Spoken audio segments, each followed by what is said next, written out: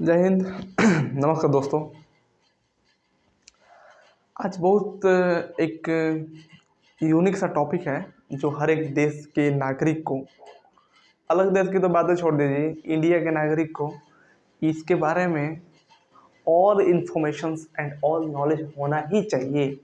It can compulsory to know about every citizen of India, because ये हमारा मौलिक कर्तव्य है। संविधान जो है ना हम लोगों का दोस्तों, संविधान को बनाया गया है 1946 में, स्टार्ट हुआ था बनाना और इम्प्लीमेंट कब हुआ? 26 जनवरी 1950 में।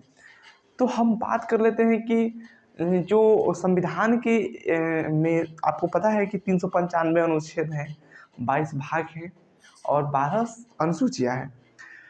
तो उसी में से हम तीसरा भाग जो होता है वो आपकी फंडामेंटल राइट्स होता है, मौलिक कर्तव्य। मौलिक कर्तव्य क्या होता है कि हमें कर्तव्य क्या मिला है, हमें कौन सी कर्तव्य के अंदर हमें राइट्स क्या है, अधिकार क्या है कि हम इंडिया के नागरिक हैं और इंडिया में अपना हक मांग सकते हैं। उदाहरण के तौर पे आप समझ सकते हैं। अब जैसे मान लीजिए कि एक लड़का होता है, अच्छा लड़की होता है, अपने पिता के यहाँ जाता है, वो कहता है कि पिताजी हमारा की स्कूटी किन दो। कहती है कि नहीं लड़की? लड़का जाता है, पापा हमारा के बड़का मोबाइल किन दो। कहती है ना। तो इसी तरह से आपको ये राइट होता है कि हम इंडिया में रह लेंगे। जैसे मोदी जी हम भारत में रहो, हम सही बोल रहे हैं कि नहीं? इसी तरह से अब आइए हम जानें इसके बारे में कि ये है क्या चीज़ और इसके बारे में हम डीपली स्टडी करें, समझें। तो देखिए, फंडामेंटल जो राइट्स होता है, मौलिक अधिकार, वो हमारा अनुच्छेद 14 से स्टार्ट होता है। कितने से स्टार्ट होता है? अनुच्छेद 14 से। तो अनुच्छेद 14 क्या कहता है, यहाँ पे आप लोग देख सकते हैं, विधि के समकक्ष समता। मतलब आपको पता हो कि जुडिशरी के 3 भागों में डिवाइड किया गया है, district judiciary, high court and supreme court. तो डिस्ट्रिक्ट वाला हर एक जिले में प्रोवाइड होता है और जो हाई कोर्ट होता है वो स्टेट में होता है और जो सुप्रीम कोर्ट होता है, सुप्रीम कोर्ट आपका सेंट्रल में होता है, ठीक ना। तो हम इसके बारे में जानने की प्रयास करेंगे कि जो हाई कोर्ट है, सुप्रीम कोर्ट है, ये है इन्हें विधि के समकक्ष किसी व्यक्ति के साथ भेदभाव, डिस्क्रिमिनेशन नहीं किया जाएगा। अगर वो व्यक्ति जा रहा है तो उसकी बातों को मानी जाएगी। अगर वो न्यायालय से अपनी बातों को मनवा रहा है, सच्चाई बता रहा है, तो न्यायालय उसको मानेगा, डेफिनेटली मानेगा, बिना किसी हिचक के। ठीक है। अब देखिए क्या कहते हैं। अब अनुच्छेद 15 क्या कह रहा है? अनुच्छेद 15 कहता है कि धर्म, नस्ल, जाति, लिंग या जन्म स्थान का आधार पर भेदभाव का निषेध। यानी कि कोई व्यक्ति धर्म से कोई दूसरे धर्म का हो, जाति से किसी भी जाति का हो, और लिंग मतलब जो भी हो, स्त्री पुरुष ट्रांसजेंडर जो भी हो, और जन्म स्थान के मतलब कि किसी भी स्थान से भारत में जन्मा हो, उसके जन्म, इन सब टर्म्स के हिसाब से ये सब निषेध है, बैन है। आप भेदभाव, डिस्क्रिमिनेशन लोगों के साथ नहीं करेंगे, भारतीय लोगों के साथ। अब देखिए दूसरा है, 16वां है, लोक नियोजन के विषय में अवसर की समता। इसमें रिजर्वेशन पॉलिसी जो होती है, आरक्षण वगैरह, ये सब दिया गया है कि जो लोग, आरक्षण क्यों दिया गया है कि जो लोग थे उनको समानता में आ सके, एक बैलेंस बन सके लोगों के बीच। वह तबका जो नीचे गिरा हुआ है वो तबका ऊपर उठ सके और अपना स्टेटस अच्छा बना सके। इसलिए अनुच्छेद 16 में समान अवसर की समानता की बात कहता है। अनुच्छेद 17 ये कहता है, बड़ा इंपॉर्टेंट है ये। देखिए 17 कहता है अस्पृश्यता का अंत, अनटचेबिलिटी।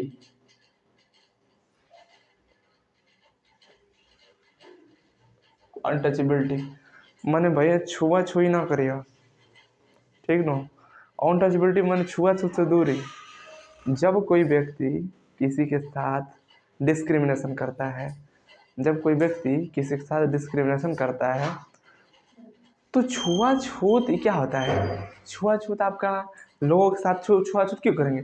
ईश्वर ने या नेचर ने हम सबको एक समान बताया, तो फिर लोगों के बीच में ये डिवाइडेड क्या होता है? ये जो डिवाइड लगा हुआ है कि नहीं आप इस जाति के हैं तो इस धर्म के हैं, यहाँ से हो तो यहाँ से हो, ऐसे हो, काले हो, गोरे हो, ये सब डिस्क्रिमिनेशन नहीं होना चाहिए। ये अस्पृश्यता का अंत करता है कौन? अनुच्छेद 17। अनुच्छेद 18 क्या करता है, उपाधियों का अंत करता है। उपाधि मतलब समझ रहे हैं ना, जैसे मान लीजिए लॉर्ड क्लिंटिंग, लॉर्ड फलाना, लॉर्ड चिलाना, अगवा नाम जोड़ लेते थे, वो बहुत भयंकर भयंकर ना होता है। उपाधि के अंत के बारे में अनुच्छेद 18 कहता है। हाँ, एक चीज़ एक्सेप्शनल है, आर्मी, एयरफोर्स, नेवी तीनों में जो पोस्ट लगते हैं वो सब रहेंगे, जो उपाधियाँ मिलेंगी सम्मानित किए जाएगा वो सब रहेंगे, बाकी और कोई चीज़ नहीं रहेगा। और देखिए तीसरा होता है 19 का ए। 19 का ए तो भैया सबसे बड़का एकदम बहुत इंपॉर्टेंट है, हर एक नागरिक को ही जानना चाहिए। अगर आप नहीं जाना है तो बड़का लोअर किस्म के आदमी है आप, ठीक है ना। देखिए 19 ये कहता है कि बोलने की स्वतंत्रता, मतलब आपको संविधान बोलने की स्वतंत्रता दे रही है, आप कहीं भी बोल सकते हैं, कहीं भी पब्लिक प्लेस तो कहीं बोल सकते हैं। अब बोलने का मतलब ये नहीं कि किसी को पकड़ के गलिया देंगे। अब हाई कोर्ट में जाएंगे, जज के उधर के गलिया देंगे, कहेंगे कि हमको बोलने का अधिकार है, तो पकड़ के कूट देंगे सब। ऐसा गलती मत करना आप लोग। शांतिपूर्वक बिना हथियार के एकत्रित होने और सभा करने की स्वतंत्रता। आप किसी भी स्थान पे आंदोलन मूवमेंट वगैरह हम लोग कर लेते हैं जब कुछ भी होता है तो। जैसे मान लीजिए अभी दरोगा भर्ती का जो वो है निकल गया है कि मतलब कि जो स्टूडेंट थे वो पेपर लीक कर लिए थे और सॉल्व कर रहे थे, सॉल्वर गैंग पकड़ी गई, तो लोग आंदोलन कर रहे हैं। तो ये क्या होता है कि शांतिपूर्वक बिना हथियार के एकत्रित होकर सभा कर सकते हैं। संघ बनाने की स्वतंत्रता, आप यूनिटी बना सकते हैं, आप कोई भी यूनिटी लोगों में बना सकते हैं, आपकी स्वतंत्रता है। देश के किसी भी क्षेत्र में आवागमन की स्वतंत्रता है। 19D कहने का मतलब है कि 370 से पहले आप जम्मू कश्मीर में इसकी स्वतंत्रता नहीं थी, लेकिन अब ये भी स्वतंत्रता हो गई। आप देश के किसी भी कोने में जाकर घूम सकते हैं, आ सकते हैं, जा सकते हैं, कोई आपत्ति नहीं है। 19E कहता है कि देश के किसी भी क्षेत्र में निवास करने एवं बसने की स्वतंत्रता। आप कहीं बस जाइए, यूपी का रहने वाला है जाके झारखंड में पहुंच जाइए, अब बलिया के रहने वाले हैं आप जाके गुजरात में पहुंच जाइए, ठीक ना। तो इसमें कोई दिक्कत नहीं है, आप रह सकते हैं। अब ये क्या कह रहा है कि 19G कह रहा है कि कोई भी व्यापार एवं जीविका चलाने की स्वतंत्रता, मतलब आप जाति, धर्म और नस्ल से आपकी प्रोफेशन डिसाइड नहीं होगा, आप कोई भी काम कर सकते हैं, अपना जीविका चला सकते हैं, जाति के बेस पे जीविका नहीं, ये हमें स्वतंत्रता है, ठीक। अब देखिए 20 के कह रहे हैं अपराधों के लिए दोष सिद्धि के संबंध में संरक्षण। अपराधों के लिए जब कोई व्यक्ति अपराध कर रहा है तो अपराध करने के समय जो कानून बनाया गया है उसी के हिसाब से उसको पनिशमेंट किया जाएगा, न कि अपराध आज किया है अब बाद में लॉ एंड ऑर्डर मेंटेन हुआ बना तो उसको नीति लग जाएगी उस पर। ऐसा नहीं करता संविधान 20 के तहत, संविधान के अनुच्छेद 20 के तहत, सॉरी। अब जो होता है 21 क्या कहता है कि प्राण एवं दैहिक स्वतंत्रता का संरक्षण, आप अपनी प्राण की दैहिक स्वतंत्रता कर सकते हैं, बात बात अपनी जान बचा सकते हैं, जो भी हो, ये सारी चीज़ें होता है, ठीक। 21 एक आता है कि 6 से 14 वर्ष के बच्चों को निःशुल्क शिक्षा दीजिए, समझ रहे हैं ना। मतलब जो बच्चे नाबालिग हैं उनको शिक्षा दीजिए ताकि वो लोग अपना कैरियर बना सकें। और सरकार भी इसमें बहुत सारे स्कीम निकाली है, बहुत सारे अपने जो है कि कदम बढ़ाई है मिड डे मील के द्वारा, और भी सुविधाएं, ड्रेस वगैरह देना, गवर्नमेंट स्कूल में स्कूल फी फ्री करना, ये सारी चीज़ें प्रोवाइड करा रही है सरकार की ताकि लोग आगे बढ़ सकें। 22 कहता है कि कुछ दशाओं में गिरफ्तारी और निरोध में संरक्षण, यानी अनुच्छेद 22 के तहत ये कह रहा है कि कुछ दशाओं में जब पुलिस आपको अरेस्ट करने आती है तो आपका अधिकार है कि आप पूछ सकते हैं कि आप हमें क्यों अरेस्ट कर रहे हैं, आप अरेस्ट वारंट दिखाइए। और दूसरी बात कि आपको 24 घंटे के अंदर जिला न्यायालय में पेशी करना होगा उस पुलिस वालों के, और आप अपने मनपसंद के वकील की सलाह ले सकते हैं अकॉर्डिंग टू आर्टिकल 22। अब 23 अनुच्छेद क्या कहता है, मानव के दुर्व्यापार और बलात्सर्म का प्रतिषेध। पहले के ज़माने में क्या होता है कि लोगों को पकड़ के ज़बरदस्ती लोग गुलामी करवाते थे। KGF फिल्म तो आप लोग देखे ही हैं, खूब बढ़िया समझ गए होंगे, बताने की जरूरत है जो नहीं देखे होंगे। गुलामी कराते थे और उसी के लिए बनाया गया है कि आप किसी व्यक्ति को ज़बरदस्ती बेगारी गुलामी बलात् नहीं करवा सकते हैं।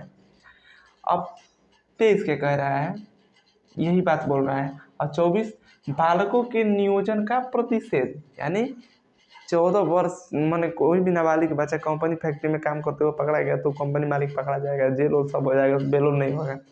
ये कानून बनाया गया है। और 25 क्या कहता है कि अंतःकरण की और धर्म के अबाध रूप से मानने, आचरण और प्रचार करने की स्वतंत्रता। आप किसी भी धर्म को मानने वाले हैं, कोई आपत्ति नहीं है, आप मानिए, प्रचार प्रसार कीजिए, पूजा पाठ जो करना कीजिए, आपको कोई दिक्कत नहीं है, स्वतंत्रता है अनुच्छेद 25 के तहत। और अनुच्छेद 26 क्या कहता है? अनुच्छेद 26 कहता है कि धार्मिक कार्यों के प्रबंध की स्वतंत्रता।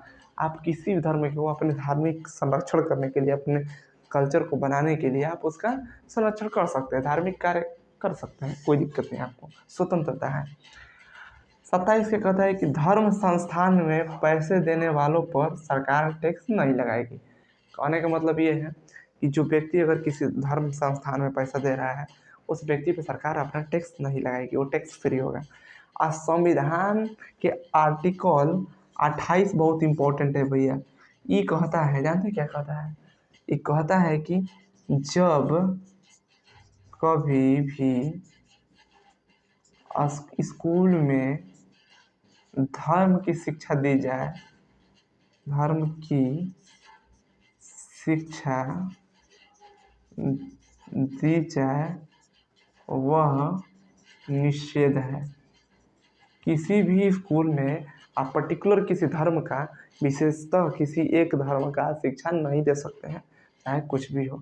आप स्कूल में फ़ोटो, मूर्ति, ये जो भी चीज़ होगा, क्रूस या फिर कुरान, जो भी किसी भी धर्म को मानने वाला, वहाँ पे नहीं हो सकता है।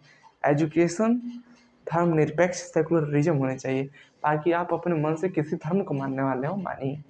वो तो संविधान 25-26 में आपको स्वतंत्रता देता ही है। दोस्तों 28 अनुच्छेद हो गया। 29, 30, 31, 32, 33, 34, 35 जो हमारे 7 अनुच्छेद बचे हुए हैं, और नेक्स्ट वीडियो में हम अपलोड करेंगे।